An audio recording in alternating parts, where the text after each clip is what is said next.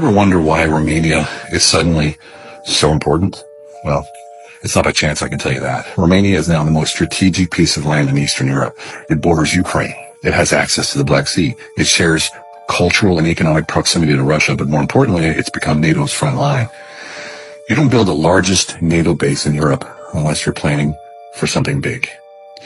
This air base is being turned into a military city, hospitals, barracks, schools, massive runways.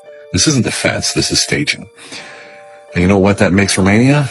Unfortunately, it makes it the tripwire, the sacrificial pawn, the first domino in a wider war. If conflict actually does break out, Romania doesn't just participate, it bleeds first. That's the reality. And just look at what's happened politically. In the most recent presidential election held in November 24, the conservative candidate, Calin Georgescu, won the first round unexpectedly. And boom, it was annulled because they blamed Russian interference. Second election, the same conservative party is leading again in the exit polls.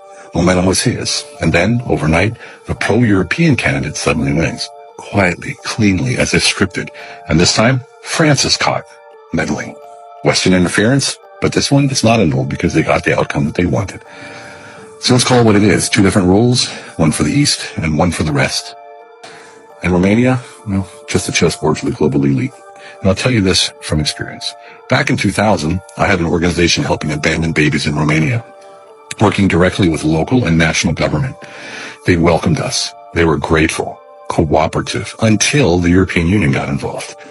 An EU delegate came into our office yelling at us, furious. How dare we highlight this issue? How dare we draw attention to abandoned Romanian children?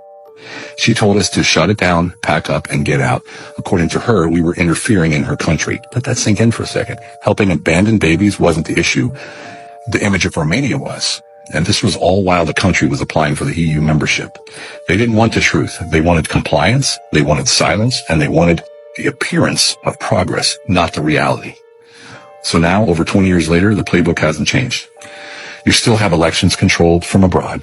You still have decisions made in Brussels and Paris, not in Bucharest. You still have a frontline country being dressed up like a partner but treated like cannon fodder.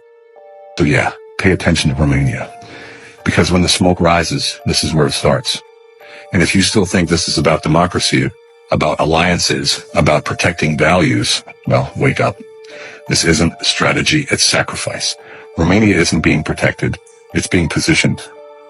Positioned to burn first while the suits in Brussels sip wine and talk about solidarity, while Washington runs logistics, while Berlin hesitates.